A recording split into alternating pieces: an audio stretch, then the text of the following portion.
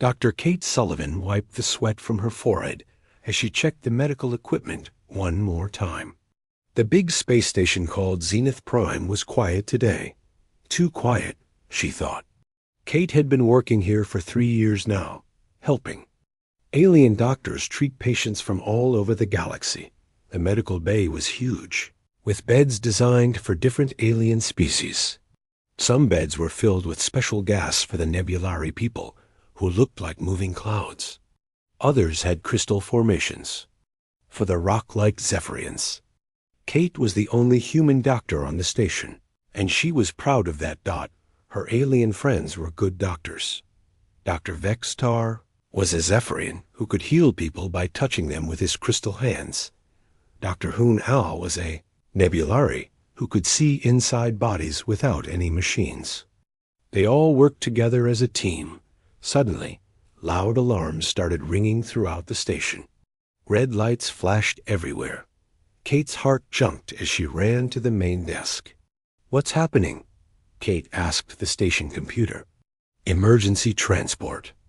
Incoming," the computer said in its calm voice. "Multiple casualties.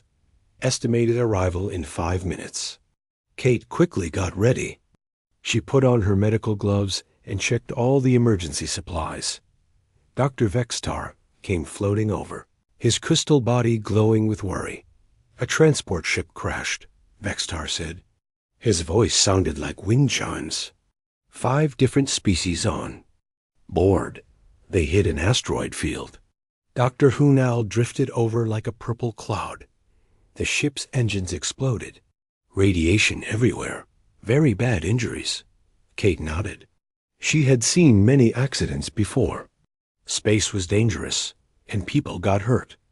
All the time. But she was ready to help. The transport ship arrived with a loud bang. The doors opened, and rescue workers brought in the injured aliens on floating beds. Kate's eyes went wide when she saw how badly hurt they were. The first patient was a Karathi warrior named Grix. The Karathi were known to be the strongest fighters in the galaxy. They were big and tough, like walking tanks. But Grix was bleeding from his head, and his eyes were closed. "Head injury," Kate said, checking his wounds. "Looks like a bad bump, but not too serious." Dr. Vextar touched Grix's head with his crystal fingers. "This is very bad," he said. "Brain swelling. He might die." Kate looked confused. The injury didn't look that bad to her. She had seen humans survive much worse head injuries. The next patient was a Trilaxian diplomat named Sela. The Trilaxians were tall and thin, with blue skin and big eyes. Sela was conscious, but very weak. "I'm bleeding," Sela whispered. "Help me." Kate looked at the small cut on Sela's arm. It was tiny, barely bigger than a paper cut. But blood was flowing out fast. "This is nothing," Kate said. "Just a small cut. I'll fix it right away." But Dr. Hunal was already working on Sela, his cloud-like body turning dark red with worry. "She's losing too much blood. Her body can't stop the bleeding." Kate couldn't believe it. Such a small cut shouldn't be dangerous. Humans got bigger cuts all the time and were fine. The third patient was a vegan trader named Cool. The vegans were known for being tough business people who could survive in harsh conditions. But Cool was barely breathing. "What's wrong with him?" Kate asked. "No water for 6 hours," Dr. Vextar said. "His body is shutting down." Kate stared at Cool. 6 hours without water? That was nothing. Humans could go days without water. She had once hiked in the desert for 12 hours without drinking. Anything. More patients kept coming. A Zephyrian with a broken crystal arm was crying in pain. A Nebulari was losing parts of his gas body through a small hole in his containment suit. Each injury looked minor to Kate, but her alien friends were treating them like life or death. Emergencies. "Kate, we need your help," Dr. Hunal called out. "Grix is getting worse." Kate rushed over to the Karathi warrior. He was still unconscious, but his breathing was getting weaker. The head injury looked the same to her, just a bump, and some swelling. In human medicine, we would just watch him and give him some medicine for the swelling, Kate said. Humans? Dr. Vextar's crystal body flickered with confusion. How do humans treat head injuries? Well, we rest, put some ice on it, and take pain medicine. Most people are fine in a few days. Both alien doctors stared at Kate with shock. Doctor. Hoonhal's purple cloud body swirled faster. Kate, Dr. Hoonhal said slowly, this injury would kill any of our species in 1 hour. Maybe less. Kate felt her stomach drop. She looked around the medical bay at all the patients. Each one was dying from injuries that humans would consider minor. The small cut, the mild dehydration, the simple concussion, these were all deadly. To aliens. I don't understand, Kate said. These injuries are not that serious. Not serious? Dr. Vextar's voice was high with surprise. Kate, any of these wounds would kill a human too, wouldn't they? Kate slowly shook her head. No, humans survive these kinds of injuries all the time. We might be sore for a few days, but we don't die. The medical bay became very quiet, except for the beeping of machines. Kate realized that something was very different about humans, something that no one in the galaxy had ever noticed before. As the hours passed, Kate watched her alien friends work desperately to save the patients. But one by one, they started dying. Grix died from his head injury. Sela died from blood loss. Cool died from dehydration. Each death was from something that Kate knew humans could survive easily. By the end of the day, only 2 of the 12 patients had survived. Kate sat in her office, staring at the medical reports. The injuries were all there in black and white. Simple wounds that would barely send a human to the hospital had killed some of the galaxy's strongest species. Kate picked up her communication device and called her supervisor on Earth. She needed to report what had happened. But as she started to speak, she realized she had no idea how to explain what she had discovered. How do you tell someone that humans might be the toughest species in the galaxy? How do you explain that what kills everyone else barely hurts a human?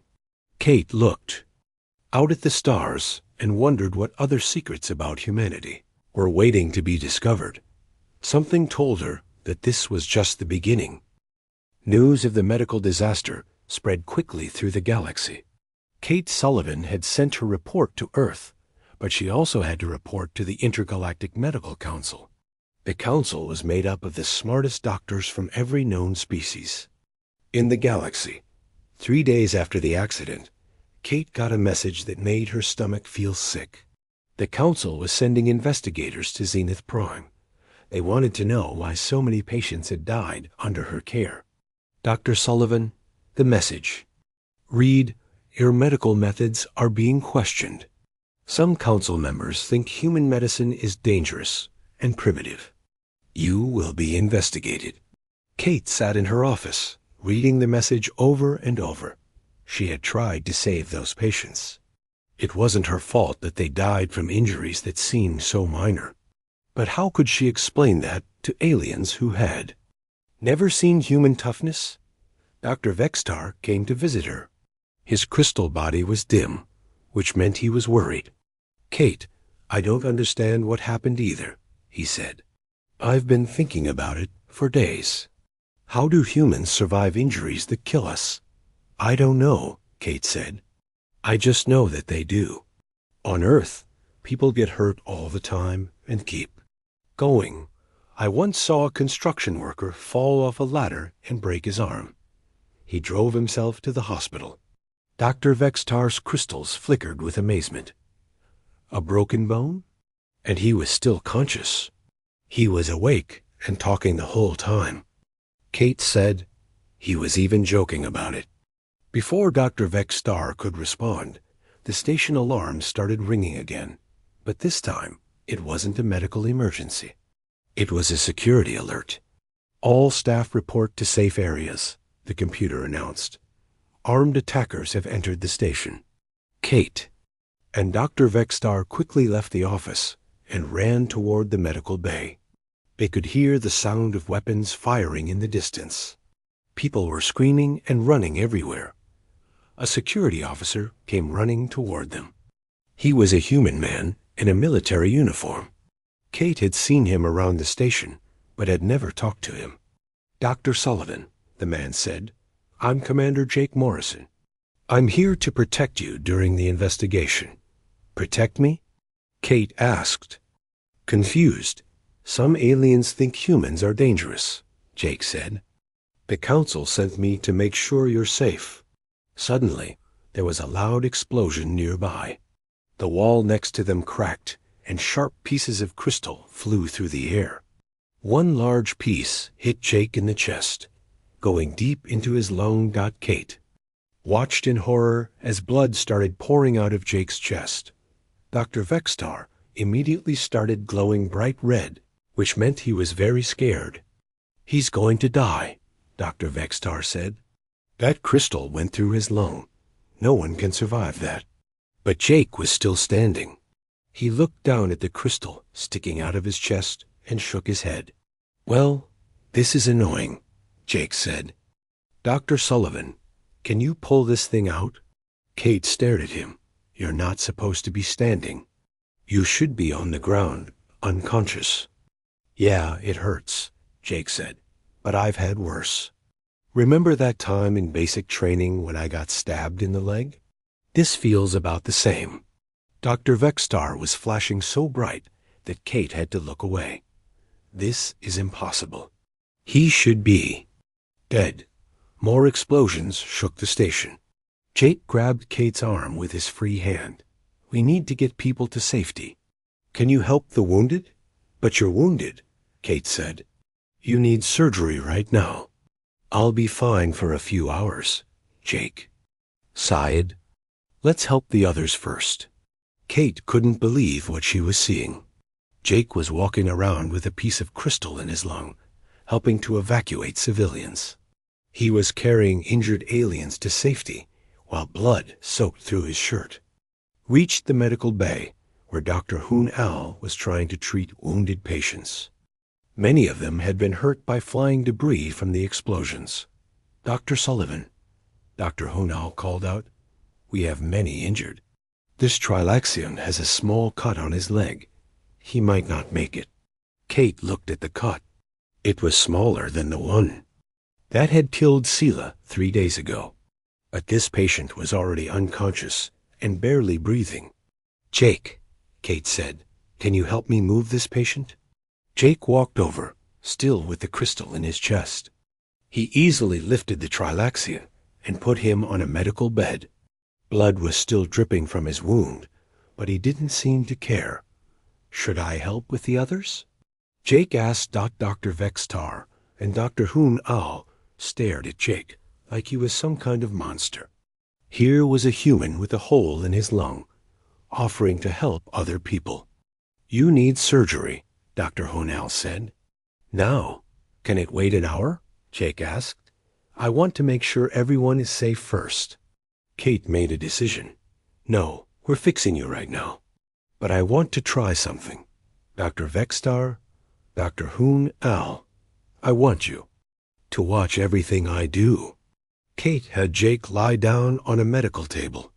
She gave him some medicine to help with the pain, but she didn't put him to sleep like she normally would for this kind of surgery. "Are you sure about this?" Jake asked. "I don't really need the pain medicine. I can handle it." Kate slowly pulled the crystal out of Jake's chest. More blood came out, but Jake just lay there talking to her. "You know," Jake said, "this reminds me of the time I got shot during that mission on Kepler 7. That hurt more than this." "You were shot?" Dr. Vexstar asked, his crystals flickering with shock. "Yeah, in the shoulder," Jake said. "Went right through. I finished the mission, and then got it patched up later." Kate worked quickly to fix the damage inside Jake's chest. The crystal had made a big hole in his lung, but she could repair it. What amazed her was that Jake was awake and talking the whole time. "How are you not screaming?" Dr. Hunau asked. "This surgery should be causing terrible pain." "It's not that bad," Jake said. "I mean, it hurts, but it's not like I'm dying or anything." Kate finished the surgery and bandaged Jake's chest. The whole thing took about 30 minutes. When she was done, Jake sat up and stretched. "Thanks, Doc," he said. "I feel much better." Now, Dr. Vextar and Dr. Huno looked at each other. In 30 minutes, they had watched a human survive an injury that would kill any other species in the galaxy. Not only survive, but stay conscious and help other people. "Kate," Dr. Hunau said quietly, "we need to do some tests." "What kind of tests?" Kate asked.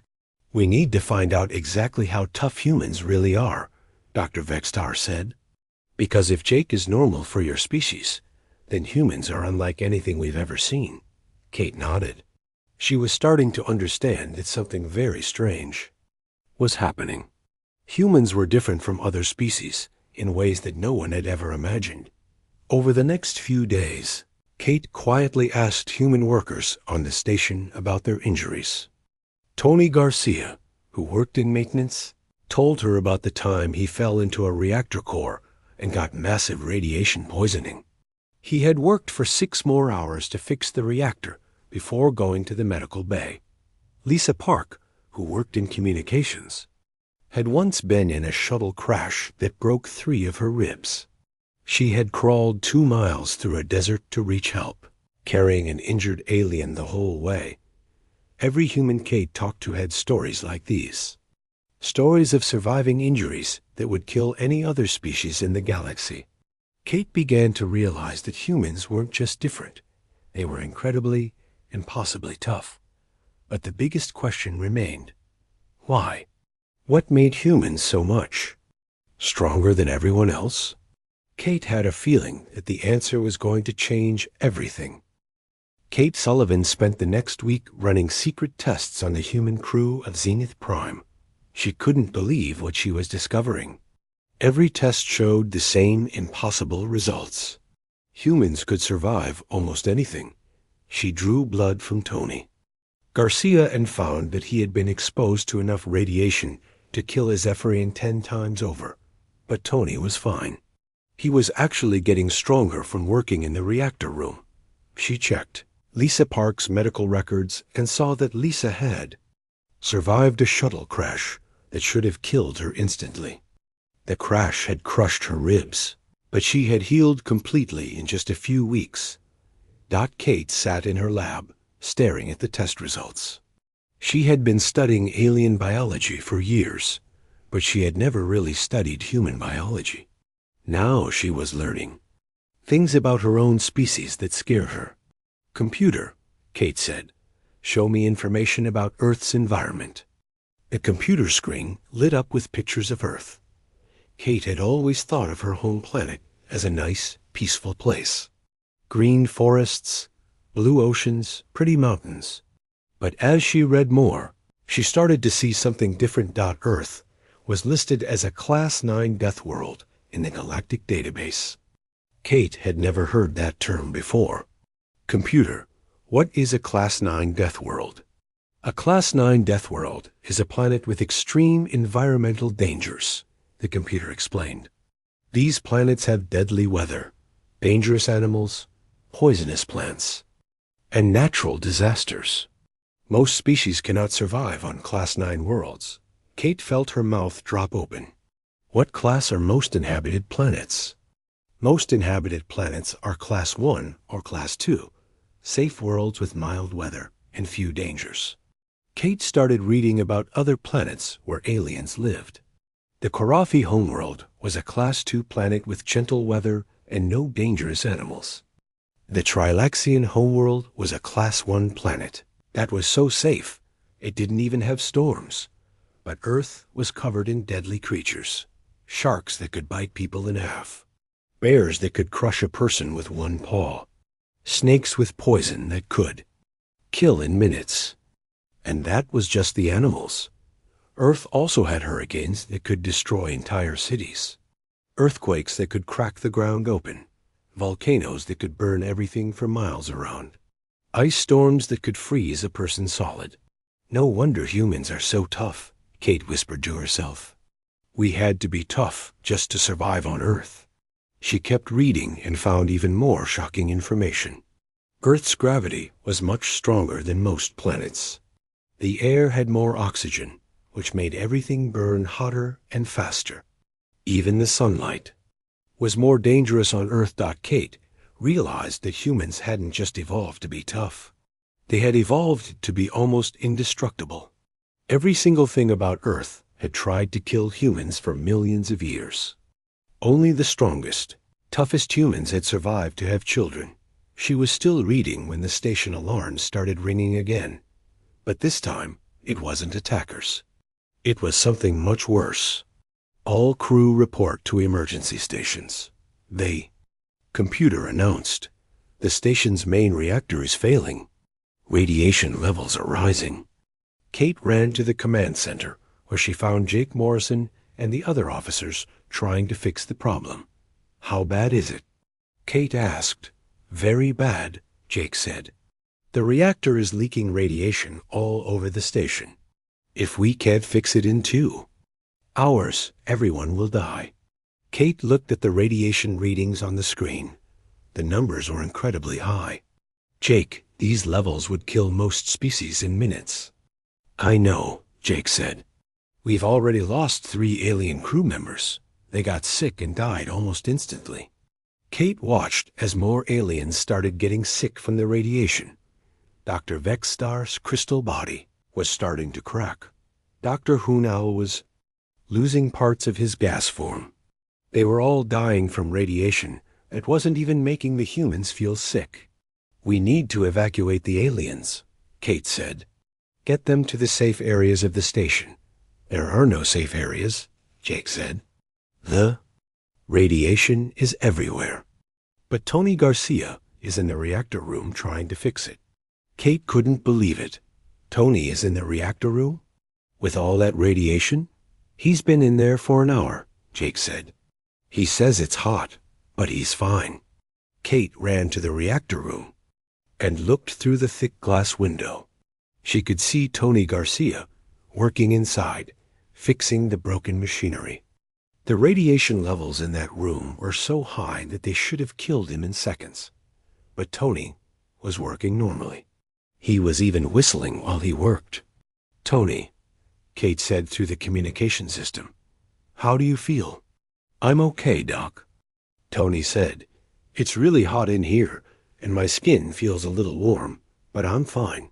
Give me another hour, and I'll have this fixed. Kate stared at him. A little warm?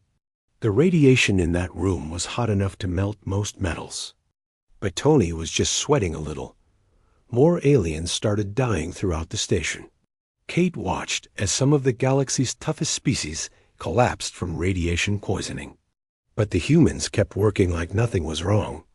Lisa Park was in the control room, working on the computers while radiation poured over her. Ben Carter was fixing the air systems in another highly radioactive area. Amy Rodriguez was flying a shuttle to get medical supplies, even though the shuttle was damaged and leaking radiation. Computer, Kate said, what are the current radiation levels? Current radiation levels are 50,000 units, the computer said. Lethal dose for most species is 100 units. Kate felt dizzy. The humans were surviving radiation levels that were 500 times higher than what should kill them. And they weren't just surviving. They were working normally. After 3 hours, Tony finally fixed the reactor. The radiation levels started dropping slowly. Kate went to check on the human crew, expecting to find them sick or dying. Instead, she found them having lunch in the cafeteria. How are you feeling? Kate asked Tony. A little tired, Tony said, and I'm really hungry. Working in that heat made me sweat a lot. Kate checked his body with her medical scanner. Tony had absorbed enough radiation to kill 100 aliens. But his body was already healing the damage.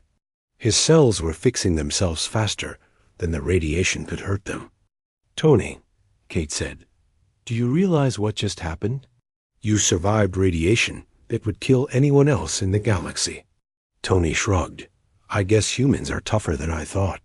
Kate spent the rest of the day checking on all the humans. Every single one of them was fine. They had all survived radiation levels that had killed dozens of aliens. That night, Kate sat in her office with a new understanding of her species. Humans weren't just tough. They were impossibly, incredibly tough. They had evolved on a planet that was trying to kill them every single day. Earth had hurricanes, earthquakes, volcanoes, deadly animals, poisonous plants, and natural radiation. Humans had survived all of that for millions of years. They had become biological machines designed to survive anything. Kate thought about all the other species in the galaxy. They came from safe, peaceful planets where the worst danger was a mild storm. They had never needed to become tough because their worlds had never tried to kill them. But humans were different. Humans were survivors. They were the products of a world that showed no mercy and gave no second chances. Only the toughest humans had lived long enough to have children, and those children had to be even tougher. Kate picked up her communication device and sent a message to Earth. She needed to tell them what she had discovered. But as she started typing, she realized that this knowledge was dangerous. If other species learned how tough humans really were, they might be afraid. They might think humans were monsters or weapons. They might try to destroy humanity before humans could hurt them. Kate looked out at the stars and wondered what she should do. She had discovered the truth about human toughness, but she didn't know if the galaxy was ready for that truth. All she knew was that everything was about to change. 2 weeks after the radiation accident, a huge ship arrived at Zenith Prime. It was black and silver, with symbols from the Intergalactic Medical Council painted on its side. Kate Sullivan knew this meant trouble. The ship brought investigators from 12 different species. They all wanted to understand what had happened on the station. Why had so many aliens died while all the humans survived? The lead investigator was an ancient ethereal named Chairman Zilmoth. The ethereals were the oldest species in the galaxy, and they had been studying other races for thousands of years. Chairman Zilmoth was over 2,000 years old and very wise. "Dr. Sullivan," Chairman Zilmoth said in his deep, echoing voice, "we have come to test your species. We need to understand how humans can survive what kills everyone else." Kate felt nervous. "What kind of tests?" "We will compare humans to other species," Chairman Zilmoth explained. "We will see exactly how tough humans really are. If you agree, we will build a testing facility on the station." Kate knew she had to agree. If she said no, the council might think humans were hiding something dangerous. "Okay, but I want to make sure the tests are safe." "Of course," Chairman Zilmoth said. "We will not hurt anyone. We will only test what beings can survive." Within 3 days, the council had built a huge testing center on Zenith Prime. It had rooms for every kind of test imaginable. There were machines to test physical strength, mental toughness, and biological endurance. Kate volunteered to be tested, along with 4 other humans. Danny Roberts was a former athlete who had run in the Olympics. Carl Martinez was a combat medic who had served in dangerous places. Steve Adams was a scientist who had lived in Antarctica for 2 years. Ben Carter was the engineer who had fixed the reactor. The testing started with simple physical challenges. The council brought volunteers from different species to compete. Against the humans, the first test was running. A Korathi warrior named Vexgol was chosen to race against Danny Roberts. The Korathi were known as the strongest, fastest species in the galaxy. Vexgol was 7 feet tall and covered in muscles. "This will be a 10-mile race," Chairman Zilmoth announced. We will see who can run the longest. The race started, and Vexgol immediately took the lead. He was incredibly fast, running like a machine. Danny Roberts fell behind, but he kept running at a steady pace. After 5 miles, Vexgol started to slow down. His breathing was heavy, and his muscles were getting tired. But Danny Roberts kept running at the same speed. After 8 miles, Vexgol collapsed. He was completely exhausted and couldn't continue. Danny Roberts ran over to help him. "Are you okay?" Danny asked. Vexgol looked up in amazement. "How are you not tired? This is impossible." Danny Roberts finished the race and was barely breathing hard. 10 miles isn't that far," he said. "I usually run 15 miles every morning." The alien observers were shocked. They had never seen anyone outlast a Karathi warrior in a physical contest. The next test was pain tolerance. A Trilaxian doctor named Helena volunteered to compete against Carol Martinez. The test involved putting their hands in freezing cold water to see how long they could keep them there. Helena put her hand in the water and immediately started crying. "It's so cold, it hurts." She pulled her hand out after just 10 seconds.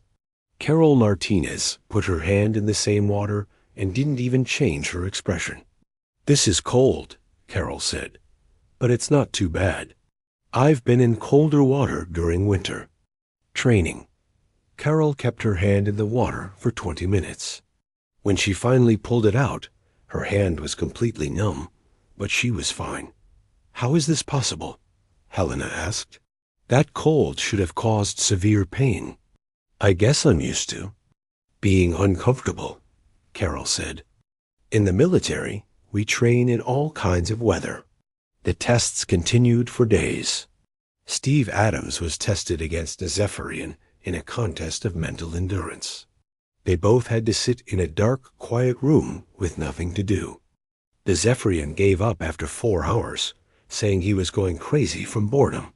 Steve Adams sat there for 12 hours and said it was relaxing.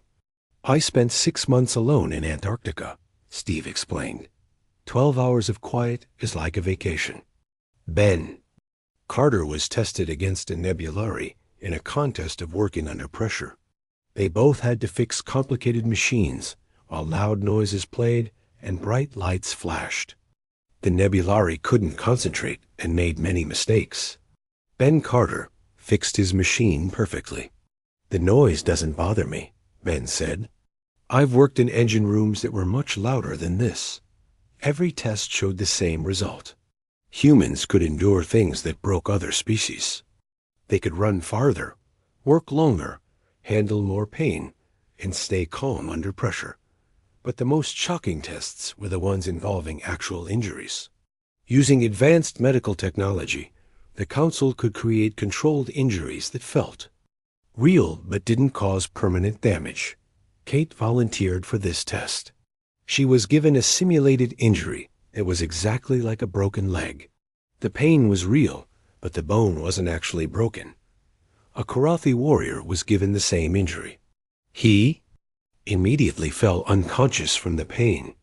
When he woke up, he couldn't move and was crying from the hurt. Kate felt the same pain, but she stayed awake and alert. "It really hurts," she said, "but I can handle it." She even walked around the room with the simulated broken leg. The alien. Observers couldn't believe what they were seeing. Dr. Sullivan, Chairman Zilmeth said, "This injury should make you unconscious." "How are you still walking?" "I broke my leg when I was 12, Kate said. "I walked 2 miles home to tell my parents. I guess I learned that broken bones don't have to stop you." The Council tested all kinds of injuries. Cuts, burns, broken bones, and even simulated diseases. Every time, the humans endured injuries that would kill or disable other species. The most disturbing test was the one involving blood loss. The Council created a simulation where each volunteer lost a large amount of blood. The alien volunteers all collapsed quickly and would have died if the test were real. Danny Roberts lost the same amount of blood, but kept talking and joking. I gave blood last week, he said. This doesn't feel much different. By the end of the testing, the alien observers were quiet and thoughtful. They had watched humans survive everything the galaxy could throw at them. Injuries that would kill. The strongest alien warriors barely slowed down ordinary humans. Chairman Zielmoth called Kate to a private meeting. Dr. Sullivan, he said, your species is unlike anything we have ever seen. You are biological weapons designed to survive. We're not weapons, Kate said. We're just people who learn to be tough. But where did you learn this toughness? Chairman Zielmoth asked. What made humans so different from everyone else? Kate thought about Earth and all its dangers. Our planet tried to kill us every day for millions of years. We had to become tough or die. The weak humans didn't survive long enough to have children. Chairman Zielmoth was quiet for a long time. Finally, he spoke. Dr. Sullivan, this knowledge changes everything. If humans are this tough, what does that mean for the rest of the galaxy? Kate didn't know how to answer.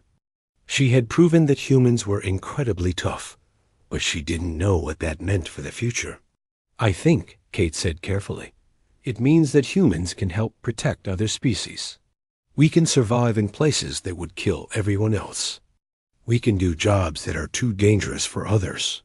Or, Chairman Zielmoth said quietly, it means that humans are too dangerous to be allowed to exist. Kate felt a chill run down her spine. The tests had proven that humans were tough, but they had also made other species afraid of humanity. And fear, Kate knew, could be more dangerous than any weapon. The test results spread through the galaxy like wildfire. Every species learned the truth about human toughness. Some aliens were amazed, others were scared, and many were angry. Kate Sullivan found herself at the center of the biggest political crisis in galactic history. The Intergalactic Council called an emergency meeting. Representatives from over 200 species would decide what to do about humanity. Kate received a message to appear before the Grand Assembly on the capital planet of Nexus Prime. She would have to explain humanity and defend her species before the entire galaxy. I'm scared, Kate told Jake Morrison as they prepared to leave Zenith Prime. What if they decide humans are too dangerous? What if they try to destroy Earth? Jake put his hand on her shoulder. Then we'll deal with it. Humans have survived everything else. We'll survive this too. The trip to Nexus Prime took 3 days. Kate spent the time reading reports about how different species were reacting to the news. The Korathi military wanted to recruit humans as soldiers. The peaceful Trilaxians wanted humans to be isolated on their own planets. The Zephyrians were demanding that humans be studied like laboratory animals. But the most frightening report came from a group called the Purity Alliance. They believed that humans were a threat to all life in the galaxy and should be eliminated before they could spread their way. Dangerous biology to other species. When Kate arrived at Nexus Prime, she saw that the entire planet was in chaos. Millions of aliens were protesting in the streets. Some carried signs saying humans are heroes, while others said humans are monsters. The Grand Assembly building was enormous, with a dome that could hold millions of beings. Kate had never seen so many different species in one place. There were tall, graceful ethereals floating above crystal Zephyrians. Gas-formed nebulae swirled around insect-like hive minds. Every known species in the galaxy was represented. Chairman Zielmoth led Kate to a platform in the center of the assembly. Millions of alien eyes focused on her as she stood there alone, representing all of humanity. Dr. Kate Sullivan of Earth, Chairman Zielmoth announced, you will speak for your species. The galaxy wants answers. Kate looked around at the sea of alien faces. Some looked curious, others looked angry, and many looked afraid. She took a deep breath and began to speak. My name is Kate Sullivan. I'm a doctor, not a politician or a soldier. I never wanted to be here explaining why humans are the way we are. The assembly was completely quiet. Kate could hear her own heartbeat. The tests showed that humans can survive injuries that kill other species. This is true. But we didn't choose to be this way. Our planet made us this way. A Korathi general stood up. Dr. Sullivan, if humans are so tough, why haven't you conquered the galaxy already? Kate thought carefully before answering. Because being tough doesn't make you mean. Humans can survive almost anything, but that doesn't mean we want to hurt anyone. We use our toughness to help people, not harm them. A Trilaxian diplomat raised her hand. But humans are dangerous. What if you lose control? What if you decide to use your abilities against us? Every species could be dangerous if they wanted to, Kate said. The Korathi are incredibly strong. The Zephyrians can heal or harm with their crystals. The Nebulari can read minds. But we all choose to work together peacefully. The questions kept coming for hours. Aliens wanted to know everything about human toughness. How did it work? Could other species learn it? Were humans planning to use it for war? Kate answered each question honestly. She explained that human toughness came from millions of years of surviving on a dangerous planet. She told them that humans wanted to help other species, not hurt them, but not everyone was convinced. The representative from the Purity Alliance, a being called Supreme Leader Kexthol, stood up to speak. Humans are an infection, Kexthol declared. They will contaminate the galaxy with their violent biology. We must stop them before they spread. Many aliens in the assembly started arguing. Some agreed with Kexthol, while others defended humanity. The peaceful debate was turning into an angry, shouting match. Suddenly, the assembly's emergency alarms started ringing. A message appeared on all the screens around the building. Emergency alert. Unknown plague detected on Nexus Prime. All beings report for immediate medical screening. Kate felt her stomach drop. A plague here with millions of aliens from every species in the galaxy? This could be a disaster beyond imagination. Within hours, the plague was spreading faster than anyone had expected. Aliens from dozens of species were getting sick and dying. The disease seemed to attack their immune systems, making them too weak to fight off even the smallest infection. The medical centers on Nexus Prime were overwhelmed. Doctors from every species tried to find a cure, but the plague was unlike anything they had ever seen. It killed different species in different ways, but it killed them all. Kate volunteered to help in the medical centers. She worked alongside alien doctors, trying to save as many lives as possible. But everywhere she looked, aliens were dying. The plague affected every species except one. The humans on Nexus Prime weren't getting sick at all. Dr. Sullivan, doctor. Vexstar called out from across the medical center. He had come to Nexus Prime for the assembly and was now helping with the plague. We need you to work directly with the infected patients. You're the only one who can safely get close to them. Kate realized what he meant. The plague was so dangerous that it was killing alien doctors who tried to treat the patients. But humans weren't affected by the disease at all. Kate spent the next 3 days working in the most contaminated areas of the medical centers. She drew blood from infected patients, took tissue samples, and ran tests that would have killed any alien doctor instantly. Jake Morrison organized a team of humans to help with the emergency. Tony Garcia worked in the power plants that were failing due to sick alien workers. Lisa Park managed communications as alien operators collapsed at their posts. Ben Carter kept the air systems working when alien engineers couldn't continue. The humans became the backbone of the emergency response. They could work in areas that were too dangerous for anyone else. They could treat patients that no alien doctor could safely approach. But Kate knew that helping with the emergency wasn't enough. She needed to find a cure dot working in her makeshift laboratory. Kate analyzed samples of the plague. It was incredibly complex, attacking different species in different ways. But as she studied it more, she realized something important. The plague wasn't natural. Someone had created it to kill as many species as possible, and they had designed it to be harmless to humans. This plague was made by someone who knew about human biology, Kate told Jake. They created a weapon that would kill everyone except humans. Who would do that? Jake asked. Kate thought about all the fear and anger she had seen in the Grand Assembly. Someone who wants to make humans look like monsters. If humans are the only ones who survive this plague, everyone will think we caused it. Kate worked desperately to create a cure. She used her own blood, knowing that her human immune system had already figured out how to fight the plague. She tested different treatments on herself, exposing herself to levels of the disease that would kill any alien instantly. After 4 days of non-stop work, Kate finally created a treatment. It used antibodies from human blood combined with medicines that could work in alien biology. The cure worked.